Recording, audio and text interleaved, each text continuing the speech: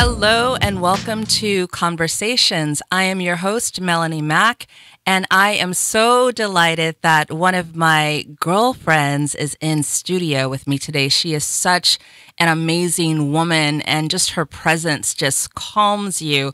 Please welcome LaTanya Black Gilliard in studio with me today. Welcome, LaTanya. Hi, thank you, girl. I want to tell everyone a little bit about you because you are one of those multi-hyphenated women that I love, that does multiple things and does them well. So, thank you. She is a native of North Carolina. Yeah. And she is the, she's the owner of Limitless Life. She's an author, and we're going to be talking a little bit about her book. I'm going to hold up here, What Your Mama Never Knew About Men. A guide to creating real relationships, but real relationships. So we're going to be talking about that with her. She is a vocalist, a lyricist. I mean, there's so many things that you do, LaTanya, and she is such a beauty. She glows. She glows. She floats. I'm just excited that she's in studio. You do. Also, before we get started, I want to give a shout out to my brother who works so tirelessly on my hair, and he says I never give him a shout out when I'm on air. So Mop Boppery Bop, that's my nickname for him. Marlon from Dare to Be Noticed Beauty Salon, the owner of Dare to Be Noticed Beauty Salon. Thank you so much for always having my hair right in a pinch, whether I'm on time or late. I love you. And to all of the stylists there, thank you so much for everything that you do. Shout out also to one of the BrunchNet members. I have a monthly brunch club with amazing professional and entrepreneurial women that get together once a month. And member Kenya Carter, her company Syncis, SYNCIS, is hosting its annual conference in Las Vegas August 11th and 12th with guest speaker and keynote Chris Gardner. If you're not familiar with Chris Gardner, he is the gentleman that the film The Pursuit of Happiness was based on, starring Will Smith. So hoping that you can join her there. That's Las Vegas. Again, it's August 11th and 12th. And again, shout out to my family at Dare to Be Noticed. I love you, Mar. And if you need to find me, look for me on Instagram at Power Mom CEO, at Power Mom CEO. So LaTanya, let's get into your background and all of the amazing things that you do.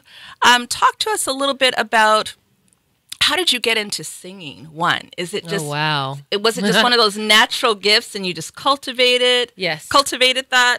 Well, as far back as I can remember, when I was about maybe 3 or even 2, as soon as I could talk, there used to be a Fab detergent commercial. For all you people who were on the East Coast and know that detergent, I'm aging myself, I know. But it was called, it just said, "Oh, Fab, I'm glad there's lemon, flesh, and borax in you." Okay, the fact that I remember that, I'm dating myself as well. Of course I do. All of my family used to pay me dollars, because I was so little, to sing that commercial. Oh, my goodness. I remember that. That's a vivid memory. I guess ever since then, I've been singing. Since the Fab commercials, ladies and gentlemen, since the Fab commercials. Well, I just, of course, started in church like most people. And that's when I really discovered it in school.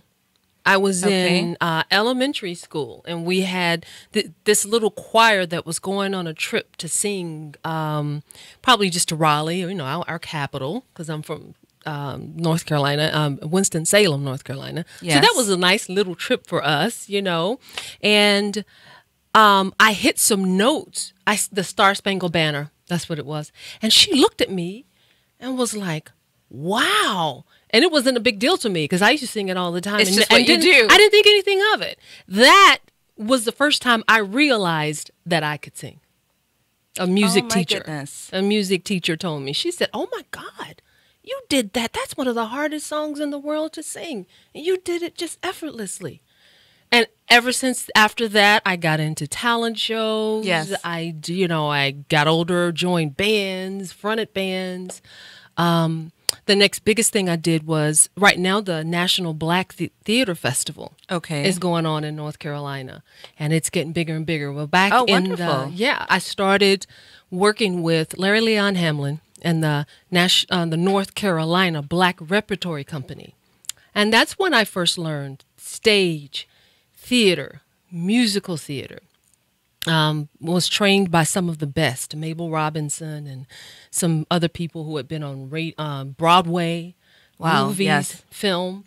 And that's when I learned to really sing. I never had any formal voice lessons or training or the acting. They just threw me on stage. Just gifted. They did. And I learned the meaning of rejection, hard work, and really just putting yourself out there on stage. I learned it all. And that's where, and I'm proud of the festival because I was one of the first ones who helped Larry, with, starting that festival as far as being in the musical division and singing and putting people out there, saying, I have a friend that sings, and we started the musical division. Yes. And so things just went on from there. Great honor to be a part of that history.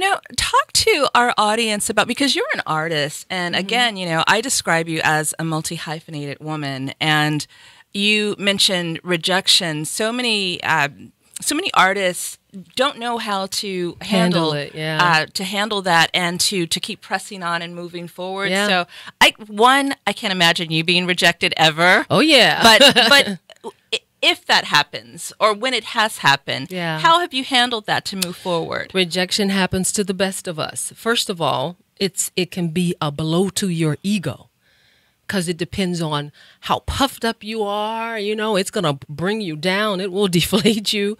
But it makes you real. It makes you real. And if you realize sometimes if you're down on yourself, like, wow, you start comparing yourself to other people. Oh. You'll start comparing yourself to the person that got the part and you didn't. Okay. And you're like, wow, what could I have done? Or I should have been better than that, or whatever. You know what? And then, depending on who you surround yourself with, if you don't have people that are saying, oh, you just weren't there. They wanted somebody else that looked something. Yes. Yeah, it really helps to have people who you surround yourself with that can continue to encourage you and make you see things differently. Because a lot of times we don't. The people who don't have that kind of encouragement, it's almost like a downward spiral. You keep you down yourself. You think, everybody else is better, and you may even quit.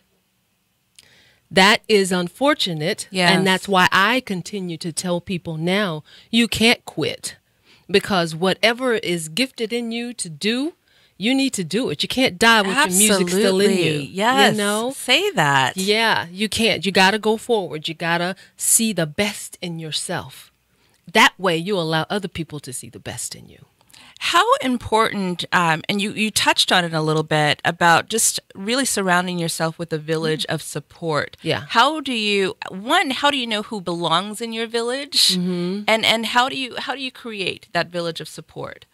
Well, I bet, right now we all have some people that are around us that it's simple. Who makes you feel good about yourself? Who makes you feel bad about yourself? It's just that simple. Because the people that make us feel bad about ourselves are the people who keep telling us to have that plan B, because you're going to fail with your plan A. They don't say it that way, but that's pretty much what they're saying, People who aren't the best as far as them thinking the best about themselves, they can't help you think the best about yourself. So they'll always give you those other options that you don't want to do, options that make you feel bad, options that make you want to quit. Then you have those people who encourage you to go forward. And, it's really common sense. You've got to surround yourself with the people who lift you up. Yes. And the people who encourage you to do better, to go forward. Yeah. Years ago, I think it was Keenan Ivory Wayans, I saw this interview with him, and he talked about, I think it was when the Blacklist started with HBO, and he talked about being offered a plan B. I don't remember if it came from a family member like his dad or someone. Yeah. But he said, I can't have a plan B. He said, Right. because if I have that, then it means I have something to fall back on. Exactly. And when you don't have a plan B, you have no other choice but to press on through, push forward, and really and go after your dream true. with everything you've got. That's And I it. really think that it takes everything within you It does. to do so. And you're right about it's as simple as like who makes you feel good about yourself, and That's it. those people that don't. Yeah. I think it's easy to eliminate. It is. It's easy to eliminate. And I don't mean that the part. people who make you feel good. You know, there's a lot of people who want to be in your camp because they want to be around somebody who they see Oh, of course. that's going places. So I don't mean the people who make you just feel good because Right. they're blowing smoke. I mean the people who make you feel good about yourself. And that's sometimes people who will be totally honest with you. Okay, now you could have done this or whatever, but they're looking for this type of person. Yes. So, you know, just keep going. You never know what's next. That's around the corner because you are good at this. Keep going. You know, Yes. just the people that encourage you to keep going, you know? Wonderful. Yeah. Well, you know, I also want to talk about blended families, but we'll get into Ooh. that because I'm now a part of a blended family, Yes, as you know. are. But I want to talk about transitioning into becoming an author because it seems Yeah. like a natural transition with you writing your own lyrics and your music. How did this book come about? And I'm going to hold it up again for our audience. What your mama never knew about men. Mom, this includes you. I don't mean to hurt your feelings, but it's Well, the truth. it's actually dedicated to my own mom because I saw her. The book, I guess, came out of. I'm one of those type of people that people were just drawn to. You can be waiting to get on a train and somebody starts telling you their life story. Yes. You've never seen them I'm before. one of them, you guys. I'm one of them. Yeah. So, and I was just like, wow, why is this always happening? But I noticed in my youth that, you know, I had a cousin who told me, she said, your hugs just make me feel so good. Oh, Your hugs are healing. I was like, really? yes. And so I from that moment forth, that's why you should always encourage people because you never know what you're doing. She told me that, and then I was just like, well, that's what I want to do. It feels good to make other people feel good, you know, if they're hurting. Yeah. And so people just started telling me things like that, and I knew a long time ago that I was what they call an old soul. From all of my uncles and people telling me, Where you been? You've been here before, girl. Right. You're old soul. You too smart for your age. I never knew what they're talking about. You know, thank God we evolve and grow. Yes. But I just started realizing I got married really, really young when I was 20, way too early. I even forget that I got married that young sometimes. I do. Because I didn't know who I was. He didn't know who he was. And it ended amicably, which is great. No children That's a out of it. blessing. It is a blessing. So we both had a chance to grow up. Yes. I've learned that all the things that we go through were definitely for a reason and shapes us into who we are today. So I definitely don't regret that. And then I got married again later. Okay. And that's where, you know, that was like 16 years. And that's where my two beautiful children came out of. And Yes. stepchildren, two stepchildren. And Okay. that relationship taught me how to love unconditionally. Because sometimes people are hard to love. You know what I mean? Yes. And taught me to take a step back and look at who I am and what I brought to the table. And so, you know, speed ahead.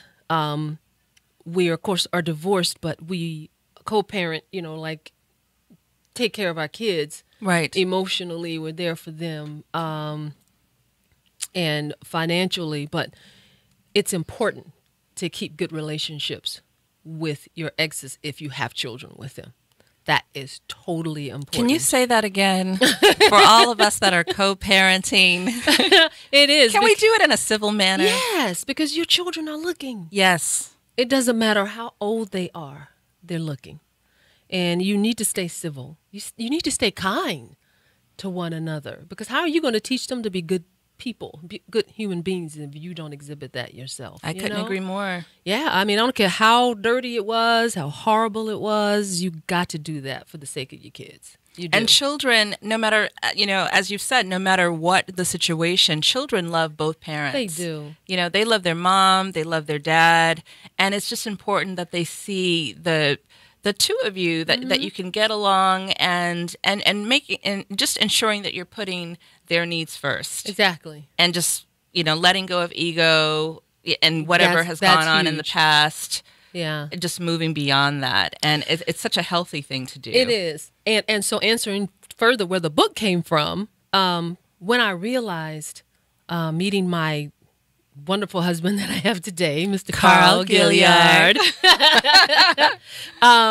it helped me to see if I know what I want and if I'm secure and just like I know what I want, I put all of it on me.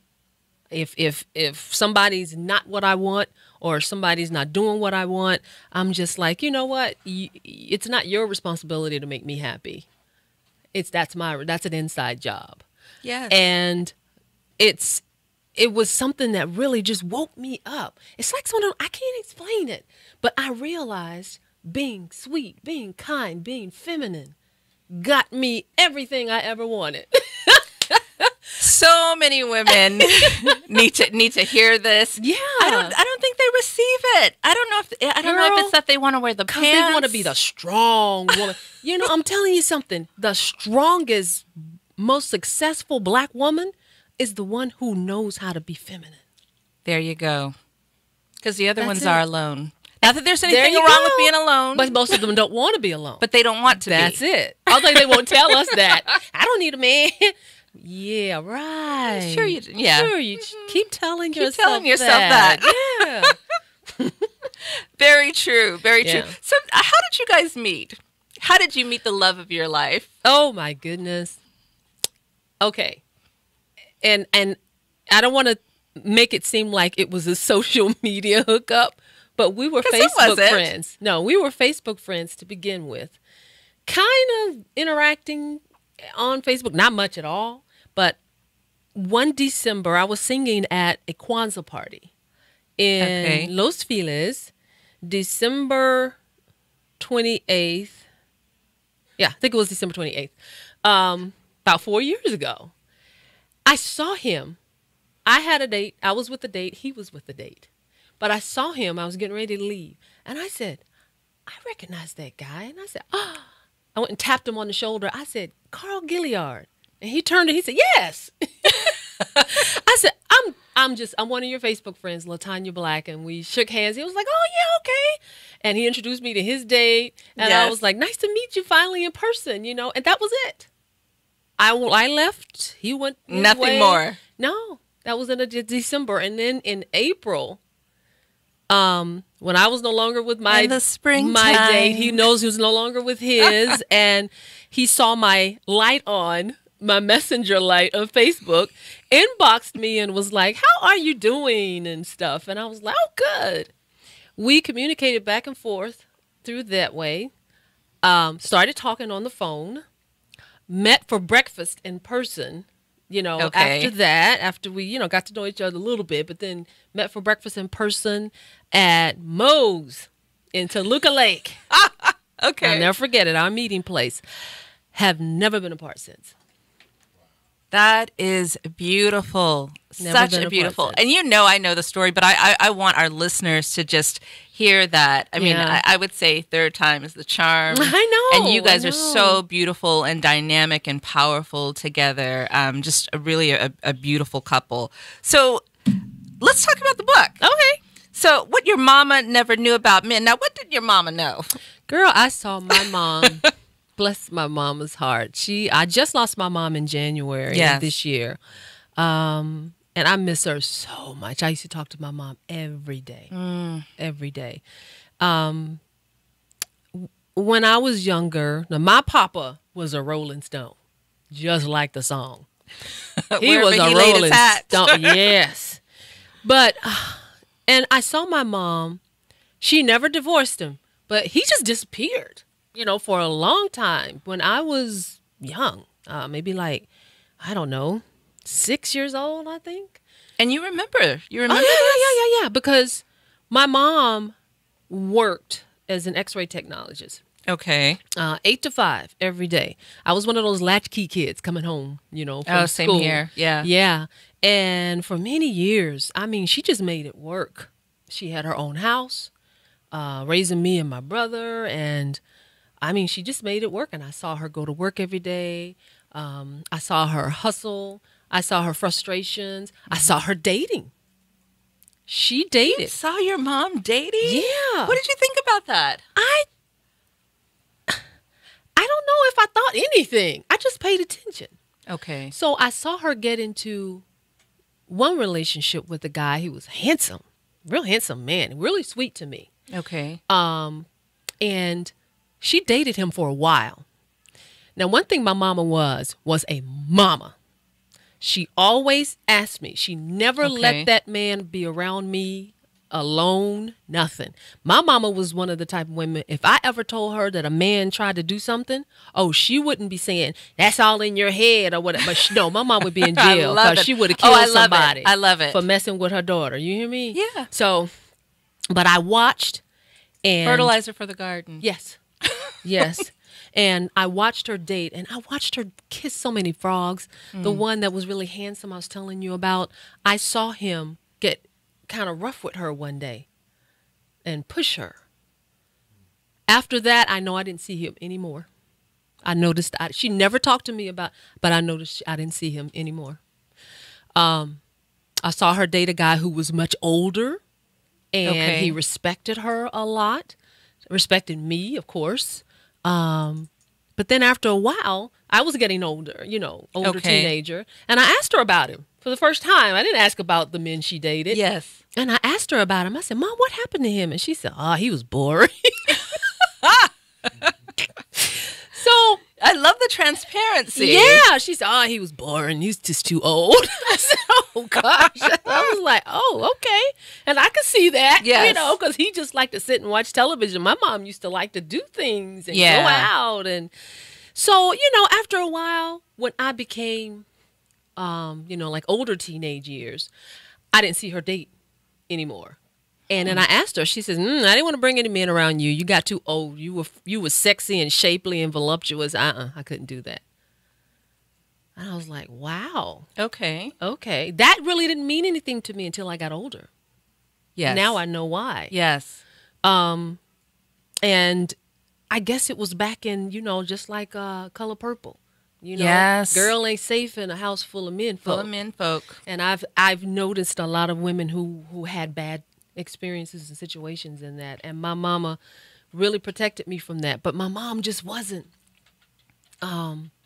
happy, you know what I mean? So she didn't know how to get, I say, the best out of her relationships. But she told me before she passed away, and she said, well, I hope you teach me what I didn't know, because I didn't know a lot about men. But my mama was loving and caring. That is one thing she knew. But that wasn't about men. That was just in general. But once I learned in my job experiences how to work with men on my job, I noticed I wasn't good with women on my job because they were catty, they were petty, and they were always trying to pull the other person, just talking about each other. When I noticed the men were just doing their jobs, helping one another. And I was a friend. They weren't trying to hit on me, which, who knows what they were thinking. But I handled myself in a way like, I'm not interested in you. Right. And they knew it. And they didn't cross that line. But I preferred working with them because it was pleasant. Yes. It was easy. Without the drama. Yes.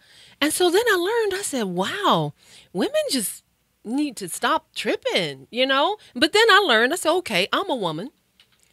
We are emotional creatures, that's for sure. Yes. Because we are nurturers. We are the ones who birth children for a reason, okay? And then I said, well, we give and we receive, and it's hard. We let ourselves get pulled in a lot without thinking. So I know we act first and sometimes and think later. Yes. Where men think first and act later. You know what I'm saying? Yes. But then I learned as I got older and got back into the dating scene, wow, these men are going to get what they could get. I'm in control of this. So I'm not going to let any man run over me anymore. I'm just like, I'm in control of this. So that's where the book came from. Okay. I realized the more when I was kind, when I was honest, because when I first started dating after my divorce, I was like, I don't want anything serious to do with any man anymore. Yes. Tired of men. Ugh, craziness, just too much work. Yes. I have to say, my best friend shared with me, she, after I divorced years ago, she divorced shortly thereafter, and then she remarried. And I said, how is it that you divorced after me and you're already remarried? And she said, well, Melanie, you put that out in the universe that, you were done. You were just sick of it, sick of the shenanigans. And so she said, and then you attract that stuff to you. That is so true. And so she said, you have to change your mindset. And I said, true. Thank you. That's a friend. That's my girl. And so she shared that with me. And I said, you're absolutely right. Absolutely. And that's in my book. That is in my book. Once you realize, and I say you got to be honest with yourself and know what you want. I went through my time where I was dating, having fun. I didn't want anything serious. Right. So that's the way I was. That's the type of man I attracted. And I was fine with that. After a while, a few more years, I'm like, I'm getting kind of tired of this. Okay. I think I want something a little bit more substantial. Yes. But then when it approached me, I was scared of it sometimes. I've broken a couple of hearts where... Oh, we all have. They were serious about me, but I wasn't like, Yeah. But I'm glad because I know what I require. And if somebody could not hold a conversation with me or didn't know how to handle themselves when it comes to situations in their life, lack of maturity, all that stuff. Yes. No, I walked away. I was like, I can't placate you any longer. I'm done. Well, I'll put you in the friend zone. And men hate that. But sometimes be glad you get put in the friend zone because you can catch it's a whole safe bunch space. It is a safe space. Really. It's a safe space. Now, there are some women who, we sometimes have to deal with our emotions and the way we've been taught how we deal with men. We can't make men do anything. If they don't want you and you try to push it, you're either going to get used. Yes. Or, then dumped. And you're not going to be happy about that. Yes. And then you'll bring that distrust to your next relationship. So it happens all the time. You're a power mom CEO. Yes, so indeed. Once women get to a level in life where they are a CEO or they're making the money, they got their own house, they got their own car, they don't really need a man for their finances. It's good. Nothing wrong with that. But it gets kind of hard to let a man in to your space. Yes. That way. Because it's not going to require you to dumb yourself down. It's not going to require you to be less than. Right. It just requires you to be more feminine. Because you fight so much in the corporate world to get equal pay, to get equal this, equal that. But when it comes to your love life, you have to turn all of that down. Way down. Because a real man can't deal with that. Oh, no. Absolutely not. And I know some listeners are going to be offended by this, but you're speaking the truth. It's true because I've experienced it. I know. Any woman worth their salt has. And I think that's a difficult conversation to have with some women that have achieved a certain level of success. And, they have this, this person checks all the boxes. Yeah. And which I find, one of my girlfriends said something to me years ago. She said, well, I went on this date and my guy just doesn't wear that type of shoe. And I thought, are you serious? Yeah. Wow. Is that a disqualifier? I mean, I didn't understand it, So I think oftentimes as women, sometimes we can let good guys go. Yeah.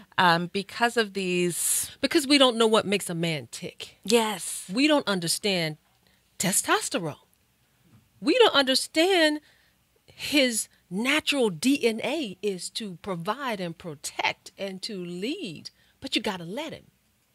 And see, so many of us feel like if we let that happen, then he's going to run over us. Right. He's going to not appreciate us, and he's going to use and abuse us. Well, if you let him, of course. Yes. You got to be the type of woman that knows what you deserve in that area. Nobody, wants that. But that's a whole different story, because that's a woman who allows other things to happen too. But when you understand that a man needs these things, you'll let him open your car door. You'll let him pay for the date. Yes. You will let him take the garbage out or cut the grass or anything that he feels like he should be doing. Not because you can't do it, but because he wants to do it for you. Yes. And I'm going to tell you, any man who really wants you will go after you with all he has. I see women chasing after men, or I see women trying to make men commit. And I see women trying to just get mad because we've been going together for this long, and right. he's not doing this, right. he's not doing that. I'm like, listen, you teach people how to treat you, number one. So if you want marriage and he knows that, be kind, be sweet, and back off. Because that way you'll know what kind of man you got. Yes. If he really is going to commit to you, once you give him that kind of little space, you can't let him take a year. Some people have, but it's because the woman's really not ready either sometimes, So you really got to know who you are, and you really got to know what you want. And you really got to know that a man responds to kindness. He responds to your sweetness, your tenderness, because he can't battle you. That's like two rams battling on a hillside if you're trying to show that you're just as strong as he is. Because we shouldn't be. We're not created to be that way. Right. We're not. We are not created to be that way. We are created to be soft. And that's where our strength is. Really. Yes. We got to learn in the softness, in the kindness. Yeah. How do we as women unlearn some of those, I would say, just bad habits or just just things that we've been taught? Yeah. Because I know I was raised with my mom and dad are still together. My mom has been with my father. Your mom and dad are so precious. I saw them at your wedding. I was like, oh, look at them. My mom has been with my dad since she was 14. Wow. 14. Wow. She still has the ring that my dad saved up and bought her when she was 14 years old, a promise ring. Wow. And she married at 17. I mean, so my mom's thing has always been pushing me. I'm her only daughter. Yeah. And pushing me to, because I remember when I got my first apartment, when I was younger, and she was just like, oh, this is just so wonderful. You have your own space. And, because she went from her parents' house to being a wife. Being a wife, so she's like, I've never had my own space. And so you need to ride this out as long as you can. And you're making your own money. But she also understands, I see the way my mom treats my father, and it's loving, and the way my father treats my mom. And, and he has, even with my husband, my dad will tell me, no, he needs to get your bags, and, he well, does it takes those a man things. to train a man, too, now. It does. Talk about that. It does. So, so my dad would, I remember when I first started dating my now husband, and one of the things my dad said to me was, he said, I've noticed that he has a lot of unmarried men around him. I just want you to be cognizant of that. That's huge. Girl, your dad is the bomb. My dad just drops those jewels, and I said, I'm paying attention, Dad. I'm paying attention. And he would talk to Robert, so my baby, we need Robert. more men like your dad. Yes. To talk to men who are single, period. Because men should be held accountable for the way they treat women when they have no intendance, or if that's a word, when they don't intend to respect the woman. They want to get the little physical part done and then go. That's and men do that all the time. And if a woman's not able to see through it, which a lot of women don't, they just end up getting hurt on the other side. Right. But more men need to be held accountable for that kind of treatment of women. They really do. They do. They do, because that's natural for them, but it's not nice. It's not. I'm sorry. It's not cute to be the old guy in the club. It's not cute. I like that. But they think it's cute. Yeah. And the young women are laughing at them. They are using them. Yeah. I mean, and that's just that's a hard truth. But men think that, oh yeah, I'm still single and I'm out here. And that's just not cute. I told my husband he should write a book called "What My Daddy Never Knew About Women." Come on, Carl, with that. Because he's good, at talking. But look at, and I can say it helped me. My husband was a great influence about this book, because the way he deals with his friends, it showed me how men treat other men, how they, interact with one another, and how they'll be truthful to one another. Yes. Really. Holding each other accountable. Yeah. And even how, if someone is just like, she's young, I'm just going to, hit that and go. Right.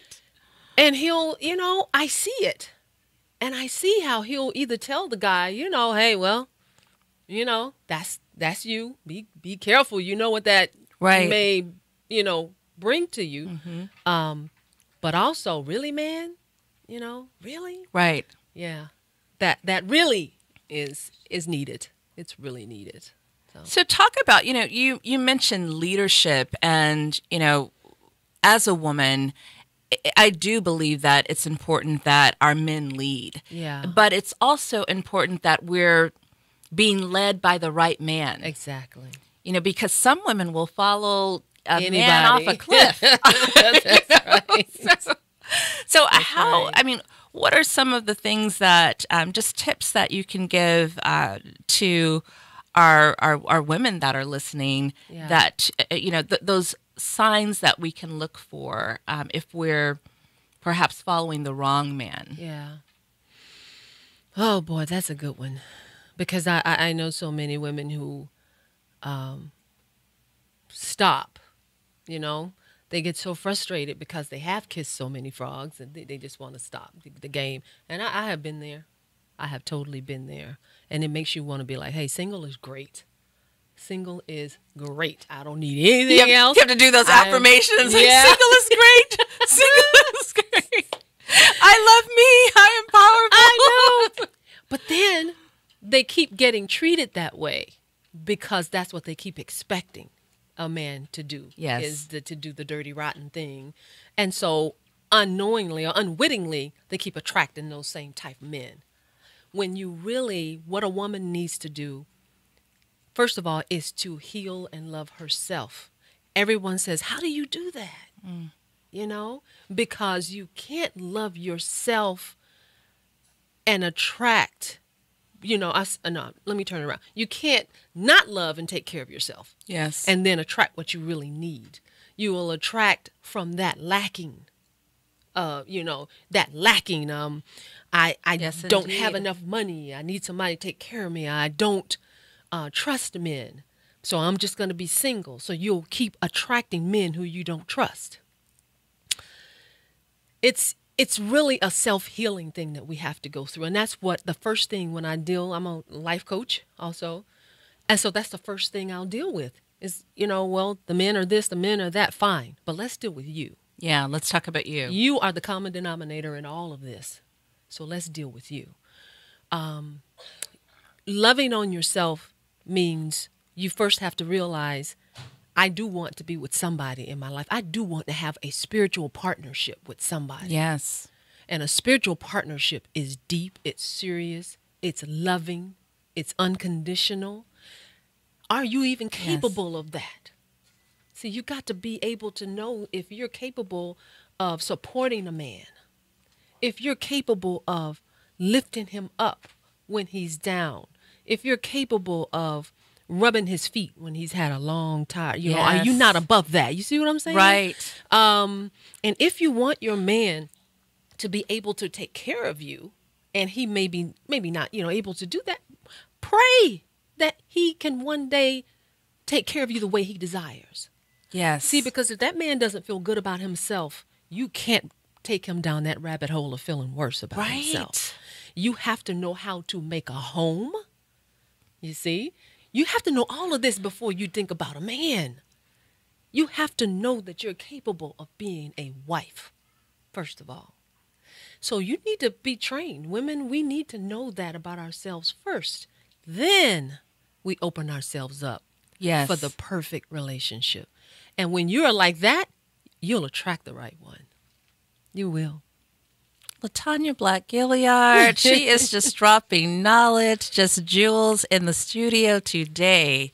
I agree. There is training that needs to take place, but for those women that didn't have a mom, or didn't have a great example for a father, or the father wasn't around, it seems like I dated someone years ago that said, he said, I can tell that you were raised by that you have a father. Yeah. He said, I can tell. And I said, is it that rough out there?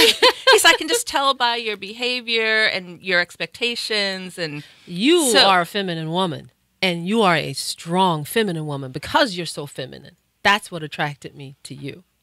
Because I saw Robert, and I'm like, good God, Robert's a serious alpha male. He's going to have to have a feminine woman. Listen, you have an alpha male. Yes. That's how I know.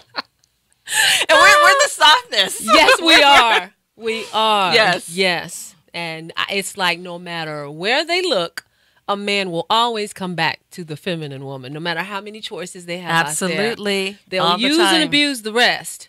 But the one who makes him feel like the man is the one they'll always come back to. Now, Carl is in studio. You guys can't see him on camera, but he's nodding in agreement. But I love that. I love that your husband. I love the way he heralds you. I mean, he will. He'll get online, and he'll just. It will be something just kind of random, and he's eating a bowl of kale or something. He's just like, my wife has me eating kale. And I'm doing it, That is hilarious. Because I want to be around, and I love her, and it's just he'll make these funny things, but it's so true. I know I drive him but crazy. he talks about the appreciation. Yeah, I drive him crazy with that stuff, and I'm like, I didn't marry you to be a widow. No, you got to be around. You got to stop eating all that sugar. And we know how to deal with the alpha males. Carl's skin, it glows. It glows. It glows like you. That's that shiny chocolate. So no, I mean, you when you see your husband, you can see that he is a well loved and cared for man. Is. And he does conversely the same with thing you, to me. Yes, he does. I look at you, and people look at you, and they know that you are loved and well cared for. Oh, he protects me. He gets on my nerves. I get on his nerves. It's all of that. It's called marriage. But at the end of the day, it's all about love. I got you. You got me. That's all that matters. Yes. Yeah. So with all of the things that you do, LaTanya, where can people find you? I know you have a show coming up, right? Oh, I do. I have a good friend named Maria Howell. Okay. Who's an actress and singer, and she was in The Color Purple, a whole bunch of stuff. She's a homegirl from North Carolina. Nice. But she started a show called Duets that's going to be at the 3 clubs. Not the 3 of clubs like the cards. It's just called 3 clubs. Okay. And it's on Melrose and Vine, I believe. But it's a show that we do. It's 4 of us, and we perform on every first Sunday. Oh, nice. And it's such a fun show. It's music, and it's just so much, just a great little intimate space. And so I love performing there. I sing there with her and Royce and Xavier. And I sing with a group called Three Style, which is a jazz trio based in the UK. But they're coming here. In October, November, we're going to be performing at Spaghettini's in South Seal Beach. Very nice. We have a CD. Well, they have a CD that they let me record 2 tunes on. No, they didn't let them. you. Not with all that talent. It was good. We did a remake of Al Green's Let's Stay Together. Oh, nice. And I wrote a song called Like Butter. And it's a love song, but it's a jazz mix. I'm not singing a lot. It's mostly saxophone. Okay. With the lady who plays saxophone blonde bombshell. Her name is Magdalena, and her husband Robert plays guitar, and her twin sister plays drums. So it's a trio. And it's a family affair. It is, you know. So when they come to the States, though, they always get a band. Okay. And we perform, and it is so much fun. And I love singing. I do. It's like getting back to myself, you know. It's what I do effortlessly, with ease. Yes. And I just have to keep doing it. I put it down for a while to do that thing, our mommy thing. You know how we do. Oh, yes. And, you know, supporting other people and stuff. So I am getting back into it. Yes. And as my wonderful husband just showed me, there's a play that I'm producing. Cassandra Sanders is the writer. The play is called Live and Let Live. And it is a wonderful family dramedy. And it's about how relationships are now in this 21st century. We're affected by media, you know, cell phone, texting, all this stuff. What our kids get into. And, you know, and it's so good. My husband's in it. He's the father.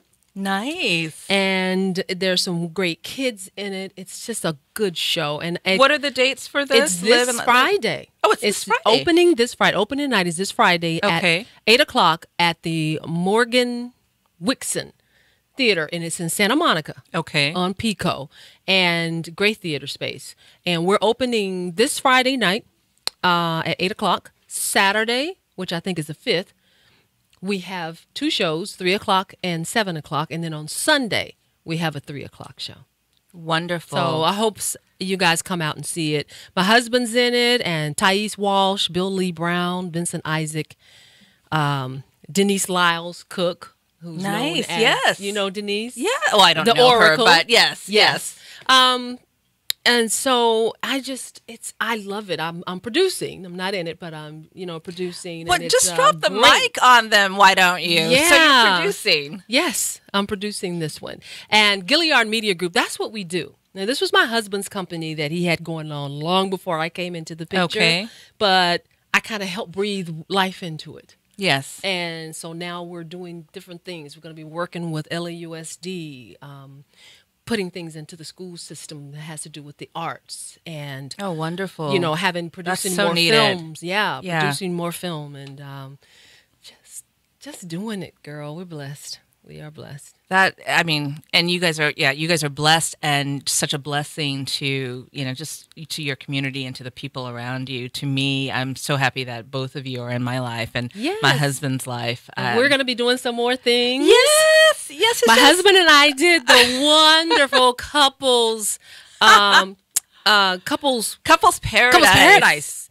Oh, that is so good. I hate we couldn't go last time. We were busy doing other stuff, but we are going. You guys are constantly on the move. I know. I mean, I look. I'm watching television. Carl's in a film. I mean, it's just you guys are everywhere. And the Man in 3B on BET. He's all over the place. And trust me, you're going to see a whole lot more of him coming up when the things he just filmed when they start getting out there. That is outstanding. Yeah. Okay, so you mentioned being a life coach as well, which I know.